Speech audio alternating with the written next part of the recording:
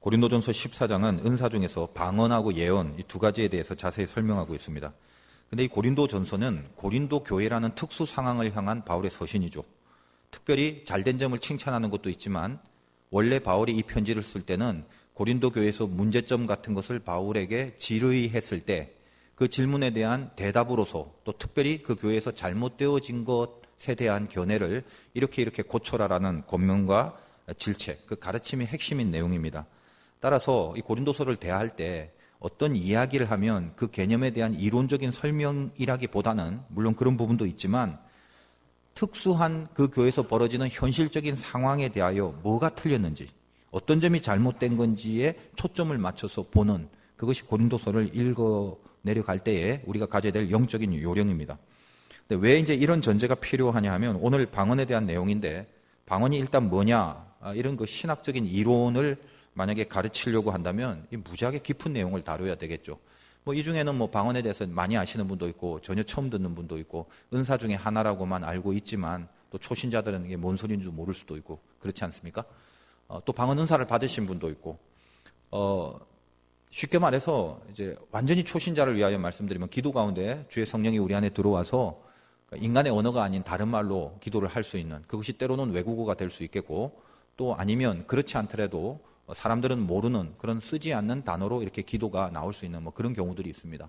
어쨌든 그런 은사가 우리 그 성령의 은사 중에 이제 하나인데 이 방언에 대한 내용을 지금 다루고 있다는 거예요. 그래서 방언이 뭔지 기승전결을 나누어 갖고 이렇게 신학적으로 접근하면 깊이가 굉장히 깊기 때문에 이 본문 갖고 지금 다 다룰 수가 없습니다. 근데 우리 이제 일반적으로 신앙생활 좀 하시다 보면 익숙하게 들어온 이야기들이 좀 많습니다. 방언 얘기뿐만 아니라 어디서 들었는지 우리에게 많은 정보들이 들어와 있지 않습니까? 근데 제가 이렇게 목회를 하면서 보니까 우리가 일반적으로 성도님들이 알고 있는 많은 신앙적 정보 중에 상당히 많은 부분 틀린 게 좀 있어요. 그런데 그게 좀 틀린 내용이라 할지라도 그것이 구원이라는 절대적 진리에 방해가 되거나 이 절대적 진리를 해치지 않는 범위 내에서 그냥 이렇게 넘어가고 있는 그런 것들이 많습니다. 근데 실질적으로 이제 시시비비를 따지면 우리가 잘못 알고 있는 것들도 꽤 많다는 것만은 분명합니다. 오늘 이제 방언 얘기도 약간 이제 그런 관점을 좀 이해를 해야 돼요. 그냥 방언이라고 해버리면 우리 대부분 다 방언 기도를 방언으로 이렇게 생각합니다. 근데 방언 기도라는 표현은 오늘 읽진 않았지만 그 다음에 나오는 본문 14장 14절에 내가 만일 방언으로 기도하면 나의 영이 기도하거니와 이럴 때 내가 방언으로 기도한다라는 표현을 하고 있죠. 근데 다른 부분을 보면 방언으로 기도한다라는 말로 이렇게 나와 있지 않습니다. 그냥 방언이라고 나와 있든지 방언으로 말한다 뭐 이런 식으로 이야기를 하는 경우가 태반입니다. 그러니까 그런 좀 차이가 있어요. 그럼 그 차이가 뭐냐? 뭐 이것을 지금 다 일일이 좀 언급하기에는 시간적인 또 여유가 없습니다. 미묘한 차이가 있는데 뭐 그것도 좀 이해할 필요는 있긴 있겠죠. 또 우리가 방언이라고 보통 말하면 다른 그러니까 언어, 랭귀지죠. 영어도 방언, 독일어도 방언, 중국어도 방언 이런 식의 그 방언도 있고 우리가 알다시피 우리 사도행전에서는 기도할 때 서로 다른 지역에서 왔는데 언어가 통합되는 막 외국어를 하고 있는 거예요. 한국 사람이 와서 막 미국 말을 갑자기 기도로 하는데 막 미국 말이 나오고 이런 거 그것도 이제 방언의 개념 중에 하나입니다. 근데 그거 말고 무슨 뜻인지 모르는 소리, 자기만이 알고 있는 어떤 사적인 소리, 뭐 자기도 이제 모를 때가 거의 많죠. 그러니까 일상적인 언어가 아닌데 그런 다른 언어로 계속 사적인 소리로 나오는 거. 그래서 우리는 이제 일반적으로 사도행전적인 방언, 뭐 고린도적인 방언 그러면서 어디서 이제 그런 얘기 많이 이제 우리가 들었지 않습니까? 너무 이렇게 단순하게 방언에 이렇게 두 가지가 있다 이렇게 구분해 버리는데 그것도 이제 썩 그렇게 간단한 문제는 아닙니다. 일단은. 그리고 이제 오늘 제가 이제 조금 이렇게 전제를 까는 이유가 이 14장 본문이 원래 헬라어로 쓰여져 있지 않습니까? 신약은. 그래서 이 원문에 충실하게 번역을 하다 보면 여러분이 읽으면서 뭘 느꼈는지는 아무튼 모르겠지만 집중해서 읽으신 분과 또 그렇지 않은 분들도 있을 거 아니겠습니까? 그렇다고 뭐 다시 읽을 수는 없고 오늘 읽은 본문의 내용이 지금 국산말로 우리에게 전해지는 내용과 원문을 봤을 때 내용의 색깔이 굉장히 좀 달라요. 사실은. 제법 색깔이 다릅니다. 그러니까 우리가 보통 알고 있는 성령의 은사로서 하나님이 주시는 방언 이걸 쉽게 표현해서 좋은 방언이라고 합시다. 귀한 방언. 앞에서 언급된 예언이나 지식이나 뭐 신유나 이렇게 하나님이 주시는 은사 중에 하나로서의 방언과 달리 오늘 14장에 쓰여져 있는 방언이라는 표현은 많은 부분 방언이라는 단어가 나오는데 그게 하나님이 주신 좋은 은사로서의 방언을 지칭하기보다는 훨씬 거의 많은 부분 좀 허위 방언, 잘못된 방언, 좀 틀린 방언, 악한 마귀에 의하여 좌지우지되는 방언, 이런 개념으로서의 방언의 단어로 사도 바울이 우리에게 제시하는 경우가 많습니다. 그러니까 이런 것들을 구절구절 낱낱이 좀 살펴보려면 이 낮 예배 설교 시간에 해야 될 분량이 너무나 많기 때문에 다 다룰 수는 없고, 오늘 우리가 좀 집중해야 될 메시지가 뭐냐, 처음에 제가 말씀드린 부분이 있죠. 이 성경이 왜 쓰여졌냐, 바울이 지금 지적하고 있는 교회의 잘못이 뭔지, 그 핵심이 뭔가를 살펴보고 우리 삶에 뭐 방언을 어떻게 해야 되느냐도 중요하지만 좀 더 근본적으로 우리 삶에 그 잘못된 원리가 어떻게 들어와 있는 게 없는가, 그래서 혹시 그런 잘못된 게 있다면 그걸 고치고 바로 세우는 그 은혜에 초점을 맞추는 범위에서 살펴보도록, 그렇게 메시지를 전하도록 하겠습니다. 일단 이 바울은 방언에 대해서 원문만 보면, 원문에 충실히 번역을 하다 보면, 그러니까 저나 여러분이 만약에 헬라어를 잘 알고 있어서 헬라어를 막 이렇게 읽었다 치면 이 바울은 방언에 대해서 상당히 부정적인 견해를 가지고 있는 걸 알게 됩니다. 오늘 본문을 읽은 것과는 또 다른 차원에서 굉장히 방언을 부정적으로 얘기합니다. 근데 우리말 성경에는 그냥 우리가 어떻게 생각해요? 방언에 장단점이 있는데 그 단점을 좀 보강해라, 이런 단점도 있으니까 그건 하지 마라 정도의 뉘앙스로 읽혀지지만, 실은 원래는 굉장히 방언에 대하여 강하게 부정하고 있는 견해를 바울이 갖고 있다는 걸 알게 됩니다. 그럴 때 그 부정적인 관점으로 말하는 방언이라는 게 본문에 그 등장하는 방언이라는 단어를 일일이 살펴보면 하나님이 주신 좋은 은사로서의 방언이 아니라 지금 고린도 교회에서 자행되고 있는 잘못된 형태로 드러나는 그런 방언, 허위 방언, 극단적으로 말하면 악한 영의 도구로 전락해버린 방언, 이런 것들을 말하는 것인지라, 만약에 우리가 알고 있는 좋은 의미로서의 방언이라는 개념을 갖고 이거를 계속 읽어버리면 원래 문장의 진의를 좀 틀리게 이해할 수도 있게 됩니다. 지금 제 설명이 그냥 정제가 긴데 복잡하죠. 어쨌든 아무튼 중요한 것은 이 바울이 부정적인 관점에서 바라보는 방언이라는 건 왜 그런 부정적인 방언이 있을까? 왜 바울은 이 방언을 부정적으로 보는가? 그거에 초점을 지금 둬야 된다는 것입니다. 조금 더 말씀드리면 이 방언이나 예언에 대한 이야기가 그 방언에만 국한되고 예언에만 국한된 것이 아니라 우리 신앙 전반에 걸쳐서 이 은사 외에 다른 모든 은사나 다른 모든 신앙의 형태 속에서도 동일하게 우리가 축출할 수 있는 메시지, 그 메시지로 이렇게 끄집어낼 줄 알아야 된다는 것입니다. 방언 자체만 얘기하는 게 아니라, 예언 자체만 얘기하는 게 아니라, 단지 하고 싶은 근본적인 얘기를 지금 고린도 교회에서 잘못 자행되고 있는 방언이라는 예를 이용해서 바울이 진짜 하고 싶은 중요한 메시지를 우리에게 전하는 취지로 쓰여져 있다, 이렇게 이해를 하시고 봐야 됩니다. 이게 좀 전제가 제가 길었는데, 사실 이제 제가 설교를 하면서 늘 그런 갈등이 좀 있어요. 정해진 시간 내에 참 전하고 싶은 것만 이렇게 딱 전했으면 사실 좋겠지만, 저는 입장이 하나님이 저에게 주신 이 성경을 여러분들에게 이렇게 대언해야 될 입장이기 때문에 성경의 얘기를 사실은 안 할 수가 없어서 어떻게 합니다. 또 이제 기중에는 성경을 좀 더 자세히 보시려는 분, 자세히 봐야만 은혜를 받는 성향의 분들도 있거든요.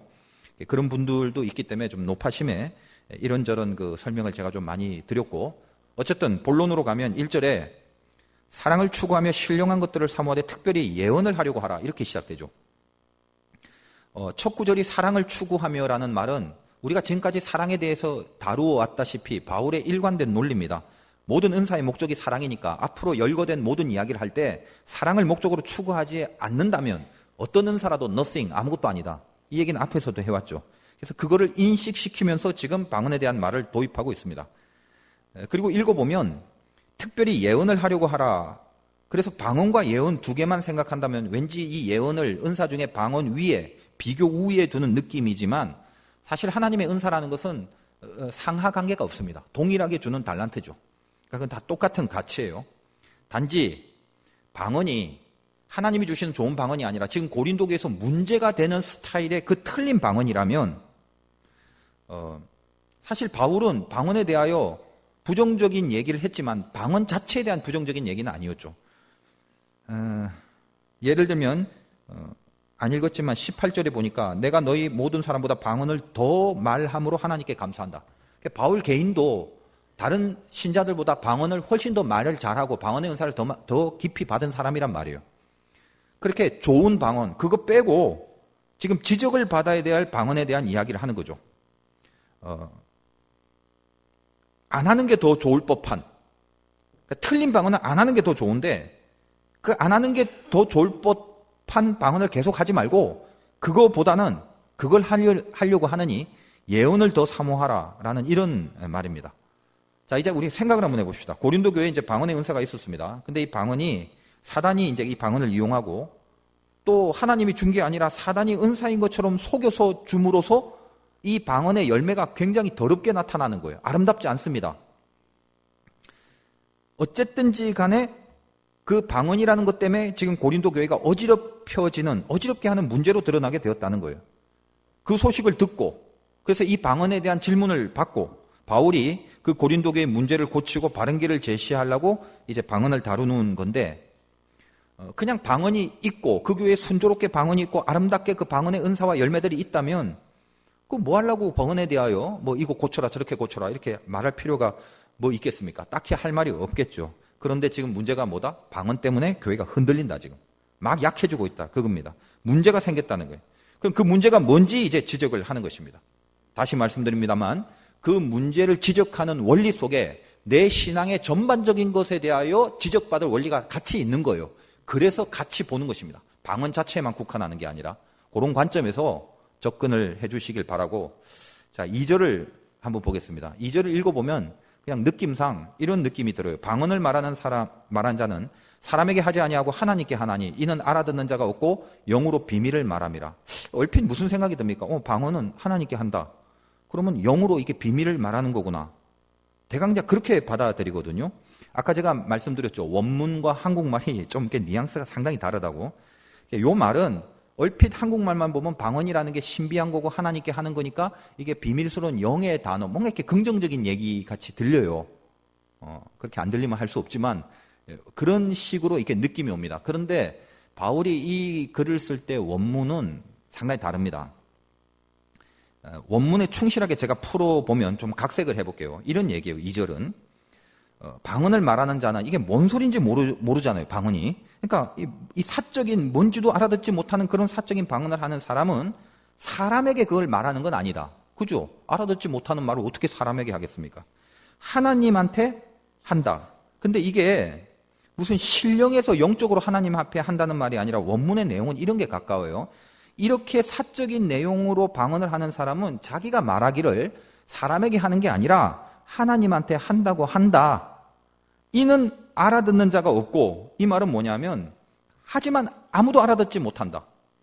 하나님도 그걸 알아듣지 못한다는 뉘앙스가 있는 거예요. 이 말 속에는. 그러니까 너가 방언 받았다고 말하면 막 하는데 사람은 당연히 알아듣지 못할 건 분명하지만 네가 그게 사람이 아니라 나는 하나님 앞에 이 방언을 한다 해도 하나님도 사실은 이거 뭔 소리인지 잘 모를 수 있다. 그 느낌이 더 강한 겁니다. 이 본문의 원문이. 일단 그렇게 이해를 하시고 그런데도 이들은 뭔가 영으로 비밀스럽고 신비한 것을 말하고 있다고 하면서 이제 고린도 교회의 상황이 뭐냐면 공중 앞에 대중 앞에 그것도 큰 소리로 이 방언의 기도를 하면서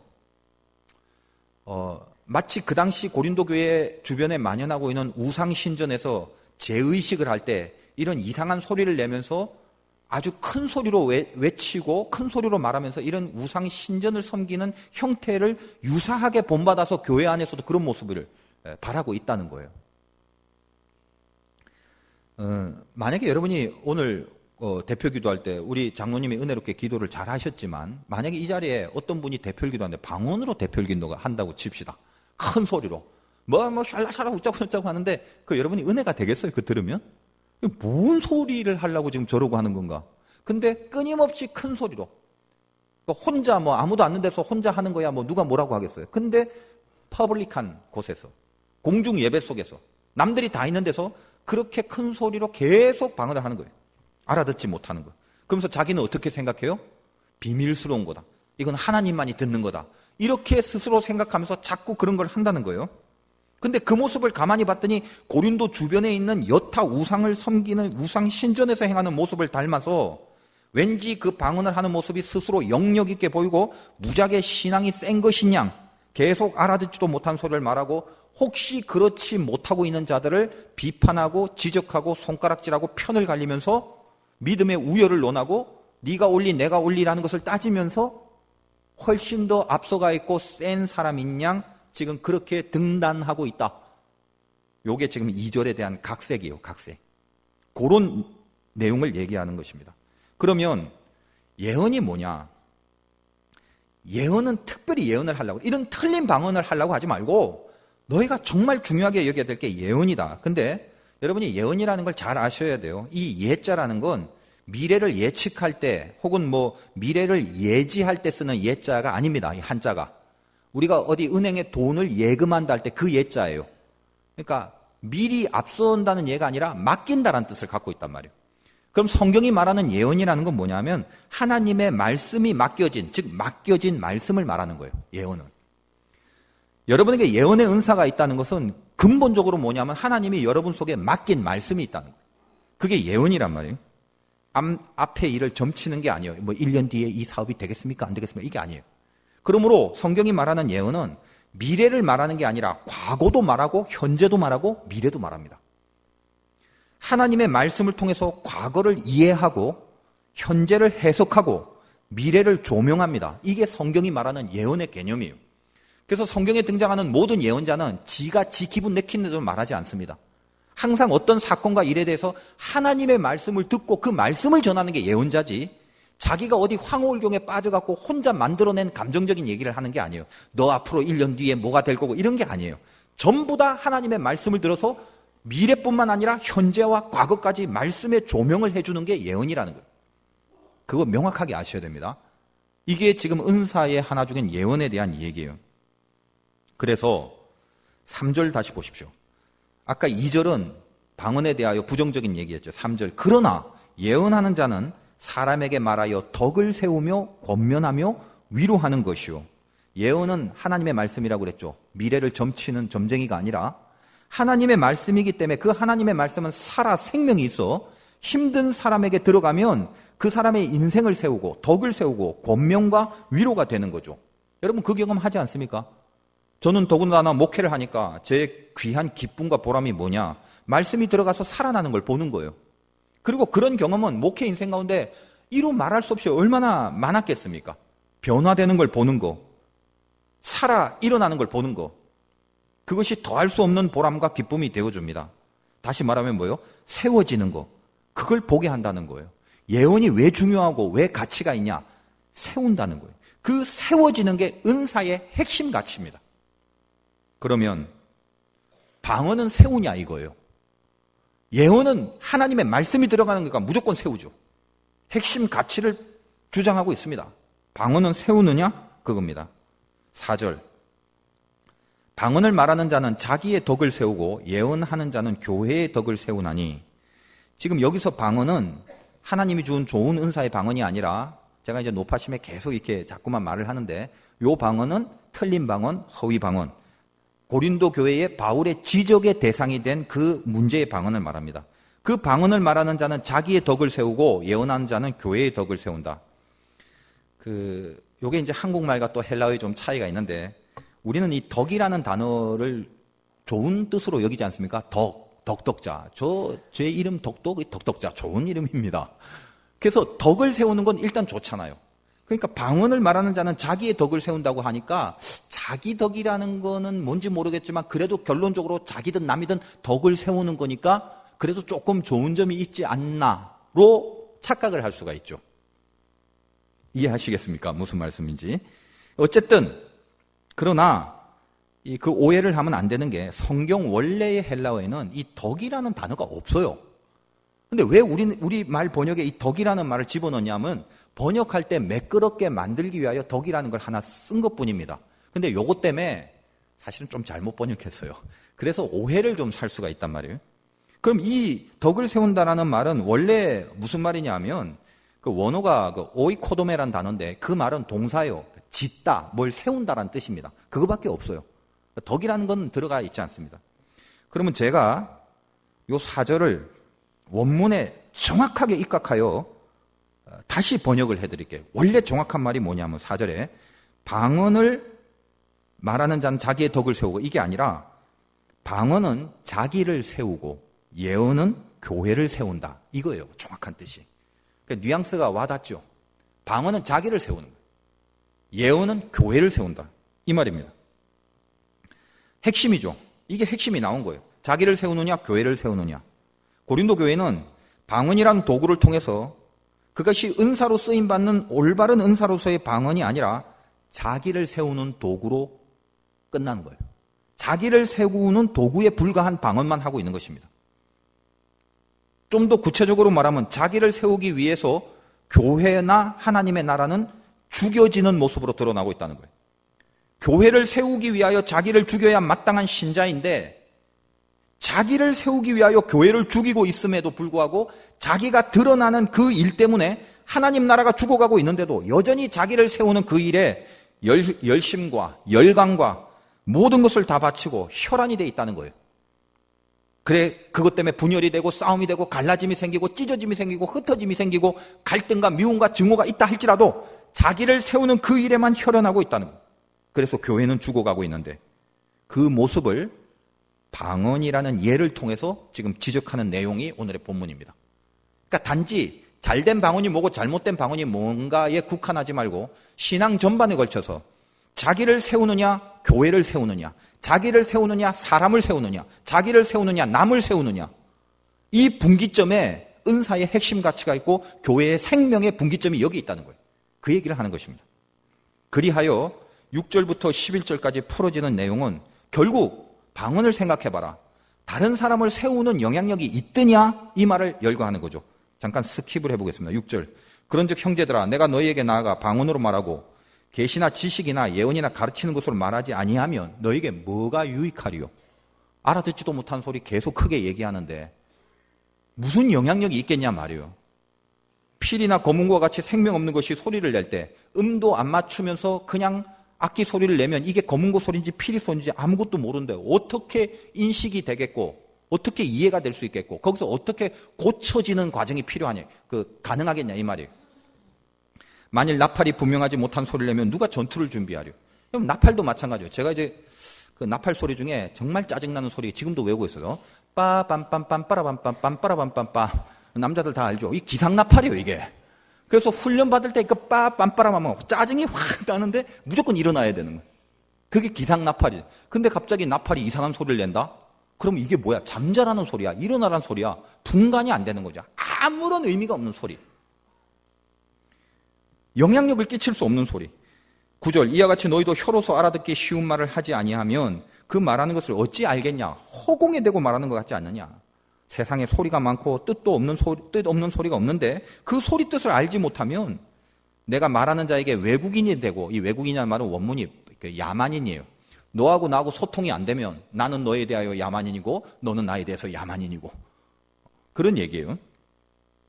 그러므로 너희도 영적인 것을 사모하는 자인즉 교회의 덕을 세우기 위하여 그것이 풍성하기를 구하라. 이렇게 오늘 말씀이 12절까지 마감하고 있다는 것입니다. 자, 이제 어떤 겁니까? 주의할 건 바울이 방언 자체를, 하나님이 주신 은사로서의 방언 자체를 부정하는 게 아닙니다. 이제 다음 시간에는 이 방언의 구체적인 내용, 효력, 또 방법, 기타 등등 이런 것을 제가 다룰 것인데 오늘은 큰 전제를 다루는 거예요. 5절 한번 보세요. 나는 너희가 다 방언 말하기를 원하나. 이때 방언은 좋은 방언이지. 그죠? 그러니까 바울이 정말 하나님의 은사로서의 방언 다 구하라고 얘기해요. 은사니까 그거는. 그리고 18절. 내가 너희 모든 사람보다 방언을 더 말함으로. 바울도 방언을 더 말하고 있다는 거예요. 아시겠죠? 그러므로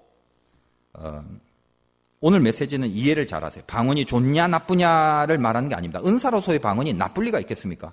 그러나 지적의 대상이 되는 그 지적의 대상으로서의 방언은 이 방언 자체를 부정하는 게 아니라 방언이 문제화돼서 교회를 소란하게 하는 그 사건, 그 일, 그걸 통해서 지금 우리 신앙의 근본적인 잘못에 대한 통찰을 지금 요구하고 있는 내용이라는 것입니다.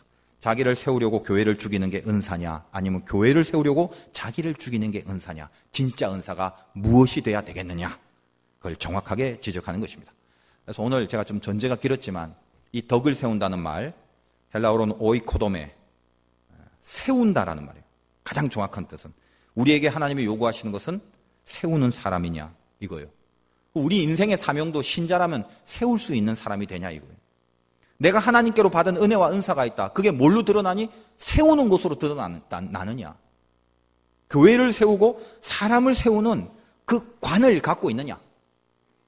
그겁니다. 고로 이 세우는 사람의 영성이 무엇이 돼야 되는지 우리가 조금 구체적으로 한번 생각해 봅시다. 여러분 모두 다 사람 세우는 그 자리에 가야 돼요. 그걸 요구하고 있습니다. 교인이라면, 신자라면. 그 중에 첫째는 뭐다? 예언의 입술을 가져라 이겁니다. 여러분이 세울 수 있는 사람이 되려면 예언의 입술을 가져라. 명심하십시오. 하나님 내 입술이 예언의 입술이 되기를 원합니다. 여러분 바벨탑 사건 압니다. 바벨도 방언이에요. 한 목소리를 갖고 저 하늘 꼭대기까지 올라가자. 자기를 세우려고 높이 바벨탑을 올랐다가 하나님이 언어를 분리시킴으로 방언을 주심으로 아시죠? 은사의 방언이 아니라 다른 나라의 언어로 흐트러뜨리심으로 그들이 더 이상 바벨탑을 짓지 못합니다. 옛날에는 벽돌 갖고 와 그러면 예 알았습니다 했는데 벽돌이 아니라 막 호미를 갖고 오고 언어가 안 되니까 더 이상 탑이 안 쌓아지는 거죠. 여러분이 혹시 바벨탑의 방언을 한다면 이미 그건 무너지는 것에 쓰임받는 입술입니다. 아시겠습니까? 흐트러뜨리고 분열이 되는 입술. 그 입술로 나오는 방언은 무너뜨린 데 쓰임받는 거라는 거예요. 그와 달리 신약시대에는 또 다른 방언이 있었습니다. 오순절 초대교회가 만들어진 방언이에요. 그거는 모이게 하는 방언입니다. 서로 말이 다른데 그 자리에 성령이 임하니까 서로 소통이 됐어요. 한 말이 저 커뮤니케이션이 됐단 말이에요. 합치게 하고 서로 세워지는 영성이죠. 여러분의 입술이 바벨의 방언이 아니라 오순절의 방언이 돼야 돼요. 모이게 하는 그 입술, 세워지게 하는 그 입술. 자기를 세우려는 욕망에 급급해서 마냥 떠버려대는 잘못된 방언을 하지 말고 하나님의 마음을 담아서 이 하나님의 말씀, 즉 예언으로 위로와 권면과 세움을 가능하게 하는 그 예언의 입술, 그 예언의 은사를 사모하라 이 말이에요. 여러분 오늘 기도하시기 바라요. 주님, 내 입술에서 마귀의 방언이 아니라 하나님의 예언이 나오게 하옵소서. 제가 목회 생활하고 제 신앙도 가만히 보니까요. 입이 신앙입디다. 말이 믿음입디다. 딴 게 아닙디다. 우리가 성경할 때 거룩하다는 성자, 성령, 성경, 성자, 그 거룩함. 제가 몇 번이나 말씀드립니다. 이 한자가 참 의미가 있어요. 성자는 귀 이자에 입구자, 그 밑에 주인 주자예요. 귀와 입의 주인이 주님 되는 게 그때 비로소 성, 거룩함, 구별됨이 있는데 제가 저번 시간에 좀 말씀드렸는지 모르겠습니다. 귀가 두 개예요. 철야기도 때 얘기를 했나 보다. 제가 가만히 보니까 왜 귀가 두 개고 입이 하나인가? 귀는 들으라고 두 개라고 하지 않았습니까? 입은 왜 가슴과 가까워요? 그냥 바로 나오지 말라는 거예요. 내려갔다 다시 올라오라는 거예요. 주님을 주인으로 하여 한번 내려가서 주님 앞에 패스하고 올라오는 입이 되라. 그래서 가슴과 가깝다고 저는 봐요. 입이. 그리고 하나밖에 없어요. 그거는. 이 입이라는 건 귀 이자에 입구가 같이 있어야 성스러움이 되는 거죠. 귀로 듣는 건 하나님의 말씀인데 하나님의 말씀을 듣는 이 귀에 컨트롤이 돼서 입으로 나와야 돼. 그게 진짜 방언이에요. 그게 거룩함입니다. 무슨 말이냐? 여러분 좀 아무튼 죄송합니다만 제가 달리 표현이 없어서 장애인들 중에 그 귀머거리 벙어리 있지 않습니까? 근데 나는 선천적인 때, 그러니까 후천적으로 어떤 사고가 있어서 된 거 말고 선천적으로 귀머거리인 사람이 나는 말은 하는데 들리진 않는데 말은 잘해. 이런 사람 없어요. 그죠? 선천적으로 말은 못하는데 잘 들려. 이런 사람도 별로 없어요. 이 두 개는 하나예요. 들어야 말을 하기 때문에 대부분 선천적으로 귀머거리는 벙어리입니다. 근데 아무리 벙어리를 할지라도 소리를 못 내는 건 아니죠. 큰 소리를 내는데 의미가 없는 소리를 낼 수 있잖아요. 왜 그래요? 의미에 대하여 이해가 안 되니까. 단지 소리만 내는 거예요. 그리고 음량 조절이 안 돼요. 못 들으니까. 틀린 방언이 그와 같은 건 아니겠습니까? 성경은 하나님의 예언의 말씀 중에 가장 중요한 부분을 차지하는 것이 성경입니다. 물론 설교와 다른 메시지도 예언 중에 하나입니다만 입이 귀에 따라 컨트롤이 되는 거, 귀가 컨트롤해야 되는 입, 그게 성입니다. 그게 성도란 말이에요. 하나님의 말씀인 이 하나님의 언약이, 하나님의 약속이, 이 예언이 내 귀에 들릴 때 그 예언의 말씀에 근거하여 입으로 나가는 말이 그게 바로 하나님이 세우시는 은사의 방언이고 사람을 세울 수 있는 그 통로가 된다는 거예요. 여러분이 내뱉는 말은 굉장히 쉬울 수 있습니다. 근데 그 말을 내뱉기 전에 귀의 컨트롤, 예언의 컨트롤을 받고 지금 내뱉는지 한 번만 생각해 보세요. 어떤 겁니까? 예언의 은사가 뭐라고요? 세우는 거. 내가 쉽게 내뱉은 이 말이 그 사람을 세우는 건가를 한 번만 생각해 달라는 거예요. 그게 여러분의 입에서 나오는 게 진짜 방언이 되는가, 진짜 예언이 되는가를 결정짓는 가장 중요한 분기점이라는 거예요. 하나님의 말씀을 들었습니까? 그 들은 것을 통해서 내 입의 말이 컨트롤이 될 때 그 사람이 세워지는 거예요. 여러분이 쉽게 내뱉은 말이 교회를 세우는 말인지 한번 점검해 달라는 거예요. 그냥 쉽게 뱉어버린 그 말이 때로는 사람을 죽일 수도 있다는 거 아시죠? 그 말이 쉽게 뱉어버렸지만 그게 교회를 죽일 수도 있는 말인지 아시죠? 한 번만 주님의 이름으로 생각하고 뱉는, 귀로 들은 그 예언을 통해서 입이 컨트롤되는 연습과 훈련을 한번 해보는, 이렇게 이야기를 해도 끄떡이다가 저 문 바깥을 나가면 뭐가 들리는가는 상관없고 또 다시 쉽게 그냥 뱉어버린다면 우리는 훈련과 연습이 안 돼요. 제가 바라기는 우리 일주일에 한 번씩 만나는데 한 주간만이라도 좀 해보시기 바라요. 이 일주일 동안 주님 저에게 예언의 은사를 주세요. 이게 사모하라고 그랬잖아요. 특별히 예언을 사모하라. 내 귀에 들린 하나님의 이 모든 말씀과 예언이 내 입을 컨트롤하여 내가 뱉은 말이 사람을 살리고 교회를 살리는 그 살림과 세워짐의 역사로 나타나는 그 입술이 되기를 소원합니다. 이 예언의 능력을 달라고 여러분 그렇게 한번 기도해 주시기 바라요.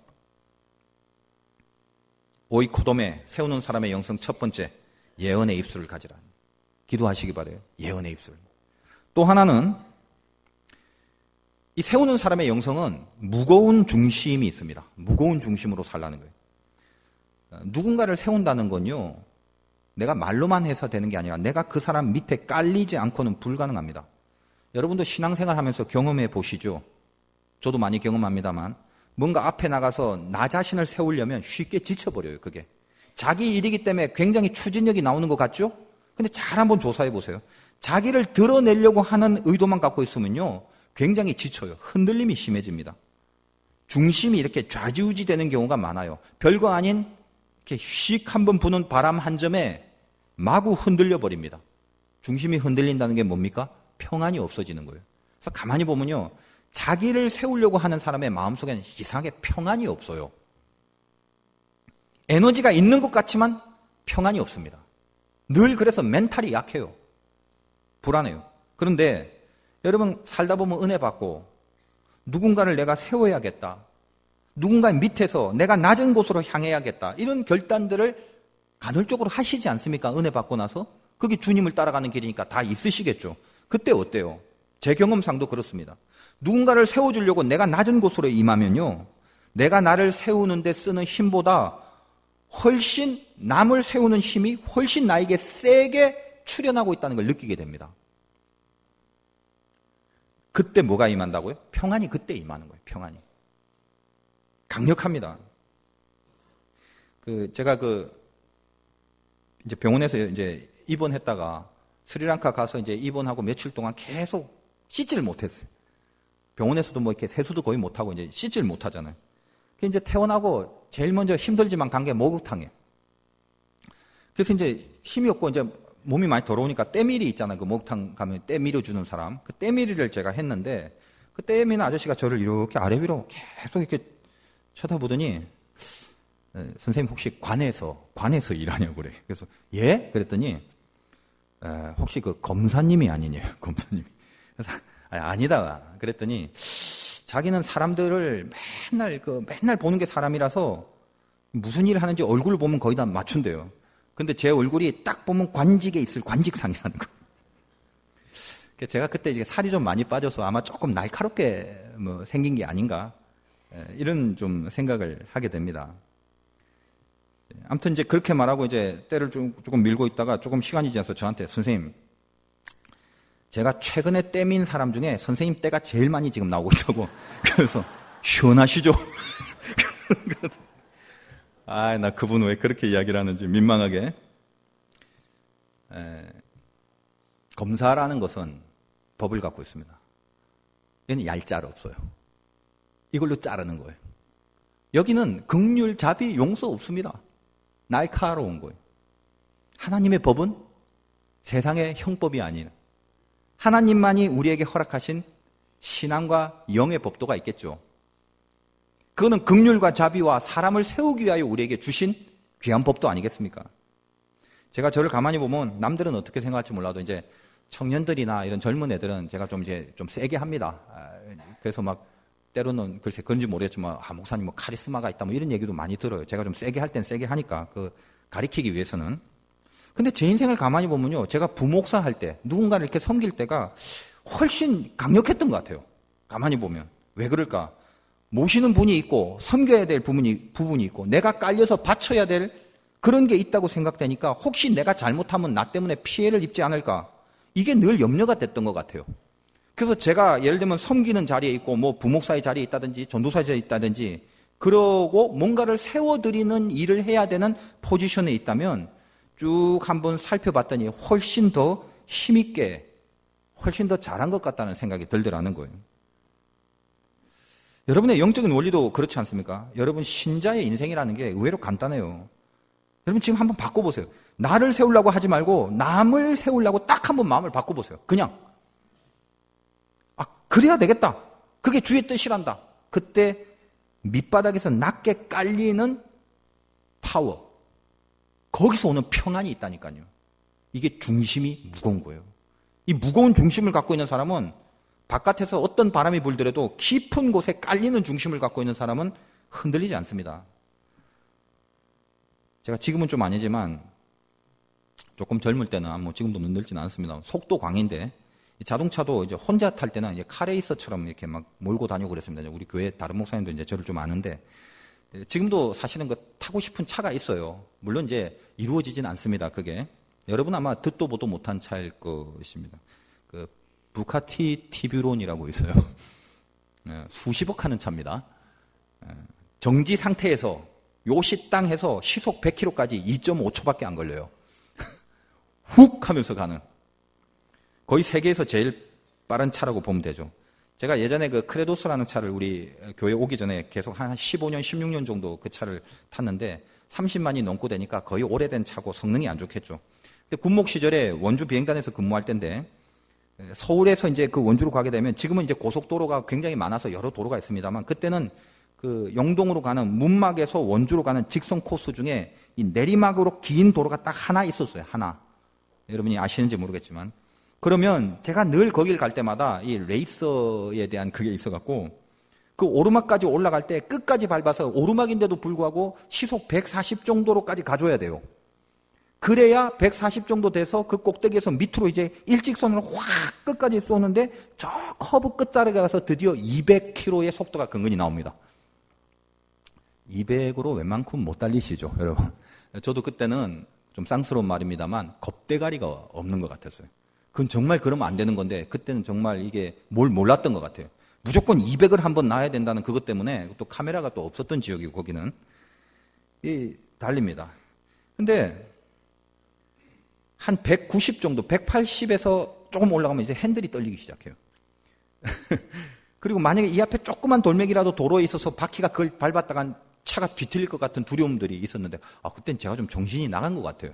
진짜 겁 없이 그래도 200을 밟아야 된다는 일념으로 그 멍청한 짓을 아무튼 했습니다. 이게 죄인지 모르겠네요. 어쨌든 회개를 해야 되는지 모르겠지만 심하게 흔들려. 심하게. 잘못 밟으면 휙 돌아갈 것 같은 흔들림. 속도가 붙을수록 흔들리는 거예요. 이 부카티 TV로는 제가 안 타봤지만 조사한 결과 시속 200이 아니라 300의 속도를 달려도 이 차는요. 속도가 빨라질수록 밑으로 쫙 깔립니다. 무게중심이 빠를수록 낮아지는 거예요. 최고의 속도에서 가장 밑바닥에 쫙 깔리는 평안이 있는 거죠. 그걸 최고급이라고 하는 거예요. 제가 도로에서 보면 참 보기 싫은 차가 뭐냐면 죄송합니다. 이제 재밌게 표현하면 싸구려 자동차가 별거 아닌 거에 막 개조해갖고 마후라 막 큰 거 들고 붕붕붕붕 소리 내면서요. 그리고 이 인천 도로가 레이스할 도로가 아니거든요. 공사도 많은데 그걸 그냥 뭐 이리저리 급한 일도 아닌데 막 소리 뿡뿡 내면서 막 이런 차들 보면 참 그 안타까워 보여. 그런 차가 본인들은 뭐 신나게 막 그렇게 하는 것 같은데 그 보면 굉장히 좀 불쌍하게 보여. 그게 그리고 얼마나 가벼워 보여. 벌써 흔들리잖아요. 무게중심이 낮지 않아요. 왜? 그건 최고급 차가 아니기 때문에 그래요. 가벼워요, 가벼워. 뭡니까? 불안해요, 그러면. 독일에 가면 아우토반이라고 마음껏 달리는 속도 무제한 도로가 있죠. 엄청난 속도로 달리다 보니까 잠시 휴게소들이 있는데 우리나라에서 말하는 휴게소가 아니라 그건 이제 카펠레라는 일종의 아주 조그만 기도초 같은 거예요. 그 독일이. 그래서 거기서 이제 한참 200, 300으로 막 달리다가 잠시 들어가서 뭐 화장실도 가겠지만 그 조그만 카펠레에 들어가서 조금 기도를 합니다. 참 그 특별한 문화죠. 근데 그 기도하는 카펠레라는 그 장소에 여러 가지 낙서들, 뭐 기도의 문제, 인생의 고민들이 많이 써져 있는데 거기에 흔히 자주 나오는 낙서가 뭐냐면 woher, 독일어 wozu, 넌 지금 어디에서부터 와서 어디로 가느냐 이 얘기를 하는 거예요. 시속 2, 300을 달리는 그 질주하는 코스 가운데 잠깐 쉬어서 뭘 생각해야 되냐면 나는 지금 이 속도로 어디로 왔고 어디로 가느냐를 생각하는 그 시간을 가지는 거예요. 여러분 뭐 그렇게 바쁘게 달리십니까? 어디로 가시려고 그러십니까? 저는 이 카펠레가 굉장히 의미가 있는 독일 아우토반의 문화라고 생각을 해요. 한번 가보고 싶어요. 제가 이제 독일은 안 가봤지만. 여러분이 평안이 있기를 바라지 않습니까? 살다 보니까 제일 중요한 게 평안이더라고요. 어떤 환경에도 불구하고 내가 내 안에 평안을 지키는 게 제일 중요한 거죠. 낮게 한번 깔려보세요. 앞에 나가려고 하지 말고 위에 서려고 하지 말고 밑에서 나를 통해 다른 사람이 어떻게 하면 세워질 수 있을까를 한번 생각해 보세요. 주님처럼. 주님과 같이. 그러면 어느덧 바람에도 흔들렸던 나의 가벼움이 깊은 무게중심으로 내려오면서 내가 사람을 세우는 일을 하고 나를 통해서 사람이 세워지는 것에 대한 기쁨과 로망을 갖고 있다면요. 내가 밑으로 깔려지는 그때 진짜 평안이 임합니다. 이게 무거운 무게중심이다. 이걸 흔들리지 않습니다. 이 힘이 훨씬 셉니다. 여러분이 정말 이 세우는 오늘 이 말씀에 그 오이코돔에 이 세우는 사람의 영성이 되기 위하여 필요한 두 번째가 무거운 중심. 마지막으로 하나 더 말씀드린다면 생각에서 이겨내라는 거예요. 여러분이 세우는 영성의 사람이 되려면 생각에서 이겨내야 됩니다. 물어봅시다. 방언이 좋습니까? 예언이 좋습니까? 사람마다 좀 다를 수 있겠죠. 막 이상한 좀 소리를 내고 감정적인 충동이 훨씬 심한 이 방언이 예언, 즉 설교처럼 성경 이야기하는 그런 예언 이거보다는 조금 더 끌리는 경향이 있습니다. 사람들이 그래요. 구체적으로 예를 들어볼게요. 여러분이 지금 가다가 교회가 두 개 있는데 두 군데 중에 하나를 가야 되는데 집회를 해요. 프랭카드에. 왼쪽에 보니까 무슨 집회냐면 평생 용한 점쟁이 무당으로 살다가 예수 믿고 회심한 자의 간증 집회예요. 이쪽 집회는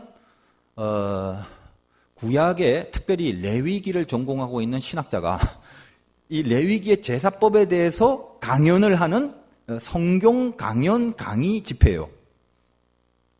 저는 결정돼요. 어디 가는지. 근데 여러분들은 어때요? 벌써 땡기는 게 있죠. 왜 그럴까요? 왜 용한 점쟁이의 회심이 그렇게 땡길까요?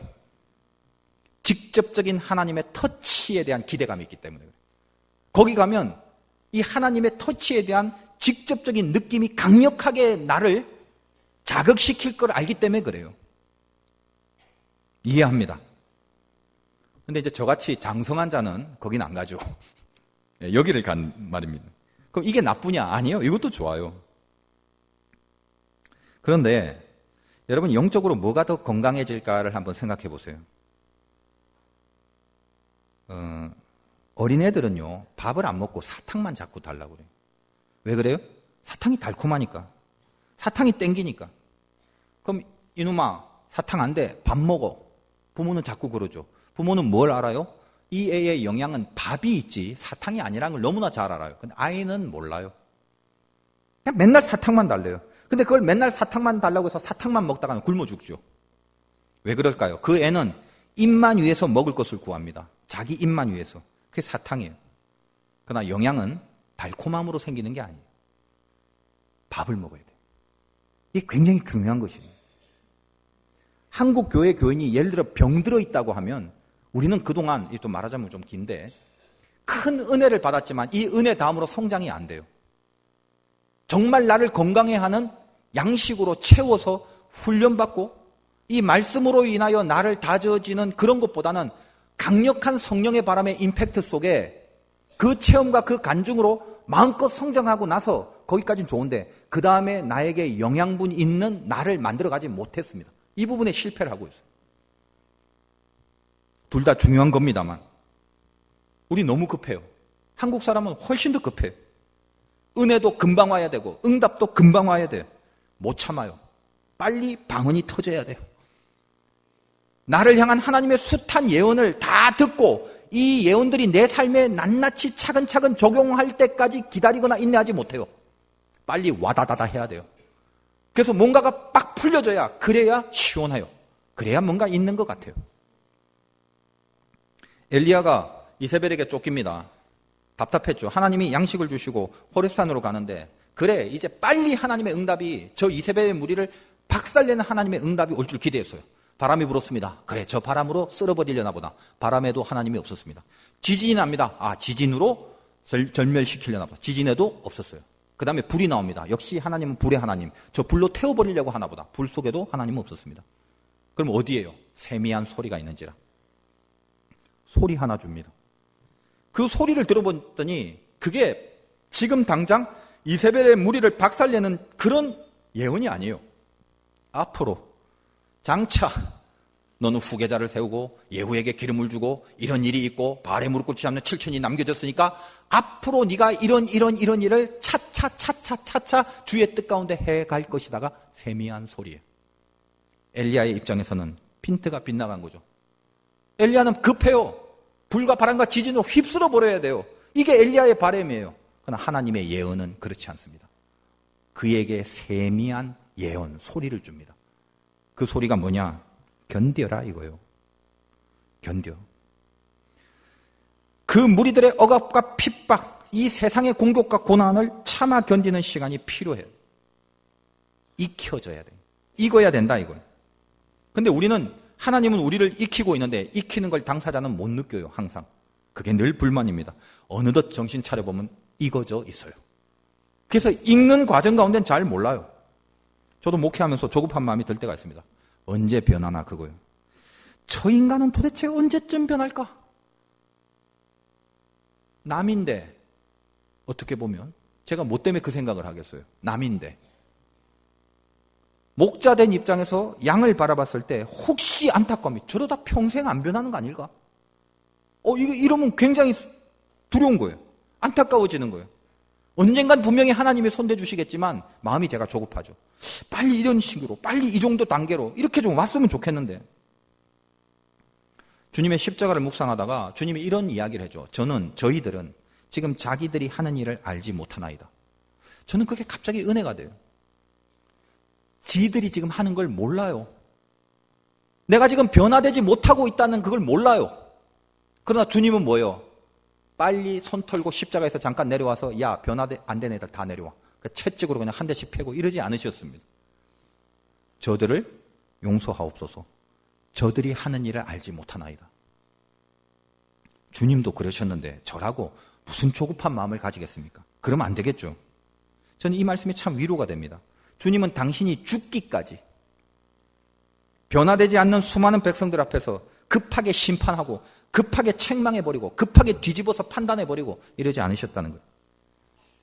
저들은 모릅니다. 뭘 하는지 모릅니다. 그러나 주님 기다립니다. 용서만 구하면서 계속 기다립니다. 여러분도 마찬가지예요. 살면서 황당하게 다가오는 고통들이 있죠. 이유도 모르는 조롱들, 죽여라! 십자가에 못 박아라! 난데없이 황당하게 달려드는 조롱들, 죽이려고 달려드는 무리들을 만납니다. 죽이려고 다가오는 사건들을 만날 때가 있다고요. 대책이 안 서는.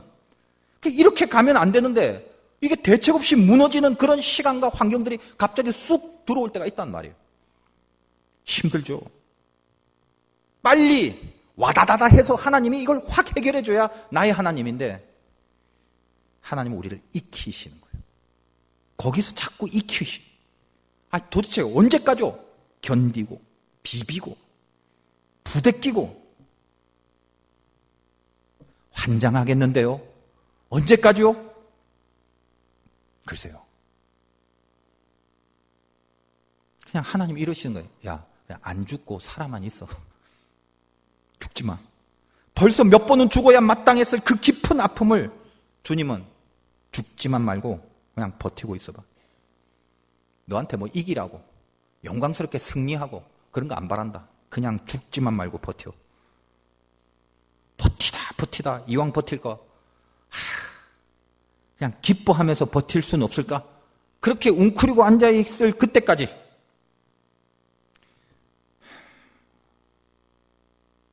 여러분 이 마음 이해하십니까? 고난 당해본 사람 알죠? 방법이 없어요. 하나님 이러시기에요? 그렇게 가지 마세요. 아무리 하나님 이러시기에요 협박을 해도요 하나님 별다른 수를 써주지 않을 때가 굉장히 많아요. 왜? 익어지는 시간이 필요하기 때문에. 그러니까 이해는 되는데 죽을 것 같다니까요 지금. 자살만 하지 마라. 죽진 않는다. 늘 하나님은 그러세요. 그럼 뭐 하면서 버텨요? 어떻게 버텨요? 너 생각에서는 이길 수 있어. 우리가 갖고 있는 믿음은 첫째, 무조건 정신에서 이겨야 돼. 무조건 내 생각에서 이겨야 돼. 예언이 있기 때문에 그래요. 하나님의 말씀이 있기 때문에 그 말씀과 예언은 지금 내 현장과는 전혀 걸맞지 않는 약속이에요. 그러나 왜 내가 생각에서 이길 수 있냐면 그 약속의 말씀에 붙들려서 현장과 환경의 승리가 아니라 생각의 승리를 먼저 할 수 있다는 거예요. 기쁨도 환경 때문에 오는 기쁨이 아니라 신자는 생각에서 기쁠 수 있어요. 감사도 조건 때문에 오는 감사가 아니라 신자는 생각에서 감사를 할 수가 있어요. 하나님의 언약, 이 말씀에 붙들린 자는 그게 가능해요. 하나님 그걸 요구해요. 너 죽지 마. 안 바뀐다고 자폭하지 마. 너 거기서 버틸 수 있어. 뭐 하면서 버티냐면 너 생각에선 분명히 이길 수 있다.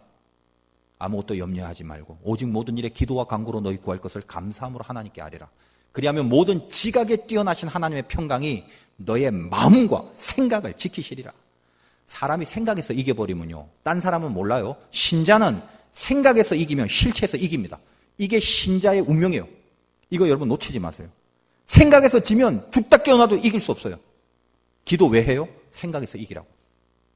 왜 말씀에 붙들려야 돼요? 생각에서 이기라고. 생각에서 이길 때 나를 좌지우지하는 악한 마귀의 권세가 떠납니다. 생각에서 이기면 그 생각이 실체가 되는 거예요. 이게 신자의 운명이에요. 그것 때문에 하나님이 우리에게 언약을 주는 거예요. 미래부터 주는 거예요. 말씀대로 된다. 믿느냐? 생각에서 믿어버립니다. 옛날에 뭐 TV는 제가 안 보지만 공부의 신이라는 게 있었다면서요. 공부의 신. 마치 공부 잘하는 무슨 공부벌레들만 모여갖고 공부의 신이래. 얼마나 잘하면 공부의 신이겠어요. 제가 그 드라마 보면서 제 마음속에 영감이 하나 있어요. 우리가 믿음 갖고 살 때 우리의 목표가 뭐가 돼야 되나? 우리는 뭐가 돼야 되겠나? 생각의 신. 여러분 실체가 언제 이루어져요? 마음에서 이길 때. 생각에서 이길 때. 반드시 그게 실체가 될 수 있습니다. 여러분 모두는 생각의 신이 될 수 있어요. 생각의 신이 되어버리세요. 여러분은 하나님이 예언한 사람들입니다. 그 예언에 붙들려서 나의 생각이, 나의 마음이 이 생각에서 모든 환경을 이겨내는 순간 그 버팀의 끝을 만나게 될 것입니다. 주의 이름으로 승리하시길 축원드립니다.